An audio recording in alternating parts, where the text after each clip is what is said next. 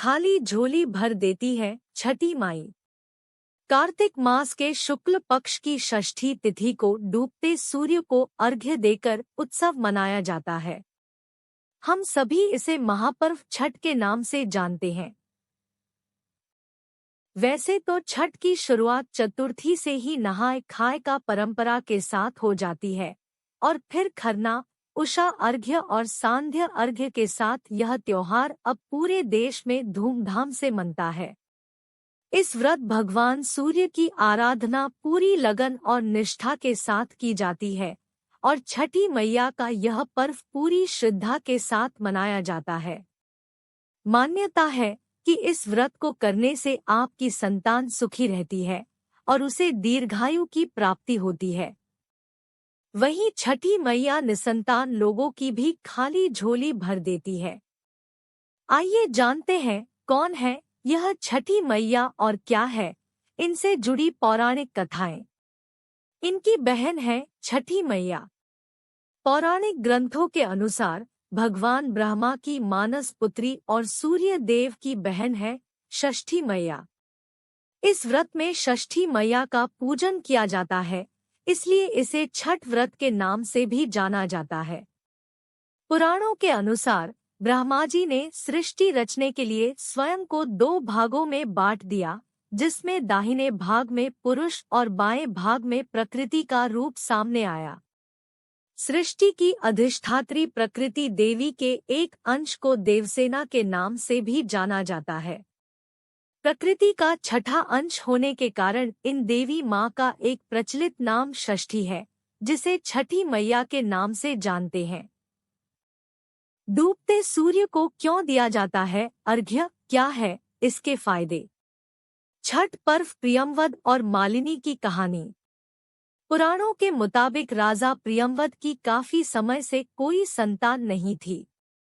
तब महर्षि कश्यप ने पुत्र प्राप्ति के लिए यज्ञ कराकर प्रियंवद की पत्नी मालिनी को यज्ञ आहुति के लिए बनी को खाने को कहा। इससे उन्हें पुत्र हुआ, लेकिन वह मृत पैदा हुआ। प्रियंवद पुत्र को लेकर श्मशान गए और पुत्र वियोग में प्राण त्यागने लगे। उसी वक्त भगवान की मानस पुत्री देवसेना प्रकट हुई और उन्होंने कहा, सृष्टि की मूल प्रवृत्ति के छठे अंश से उत्पन्न होने के कारण मैं षष्ठी कहलाती हूँ।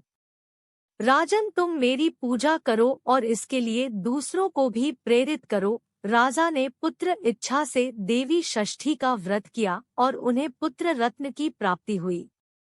यह पूजा कार्तिक शुक्ल षष्ठी को हुई थी।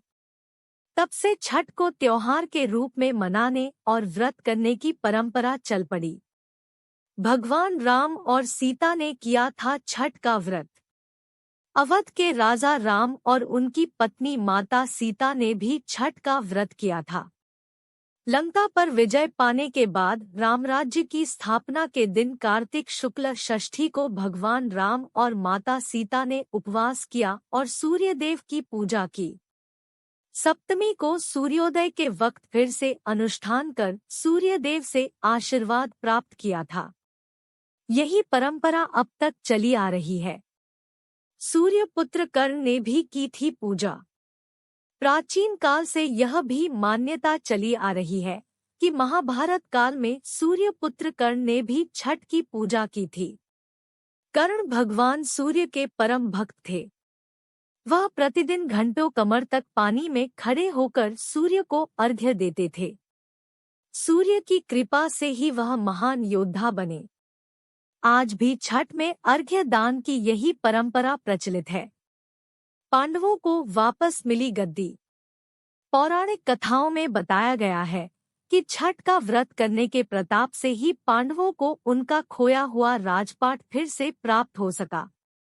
जब पांडव अपना सारा राजपाट जुए में हार गए, तब द्रौपदी ने छठ व्रत रखा। उनकी मनोकामनाएं पूरी हुई और पांडवों को राजपाट वापस मिल गया। लोक परंपरा के अनुसार सूर्य देव और छठी मैया का संबंध भाई बहन का है। इसलिए छठ के मौके पर सूर्य की आराधना फलदायी मानी गई है।